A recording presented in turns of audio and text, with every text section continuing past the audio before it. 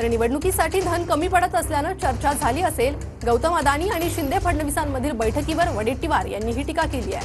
1.5 महिन्यात नवीन काहीतरी घडवण्यासाठी भेट असेल असंही वडेट्टीवारांनी म्हटलंय।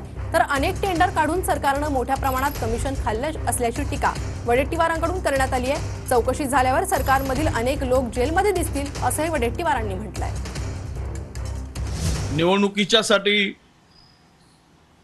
धन कमी पडत असेल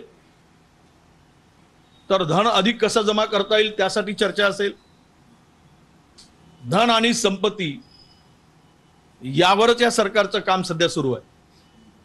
त्यामुळे ती भेट काही 1.5 महिन्यासाठी 2 महिन्यासाठी महाराष्ट्राला काही नवी देण्यासाठी नाही, तर नवीन महाराष्ट्रातलं काढून नवीन काही अदानीला देण्यासाठी असावी असं मला वाटतं।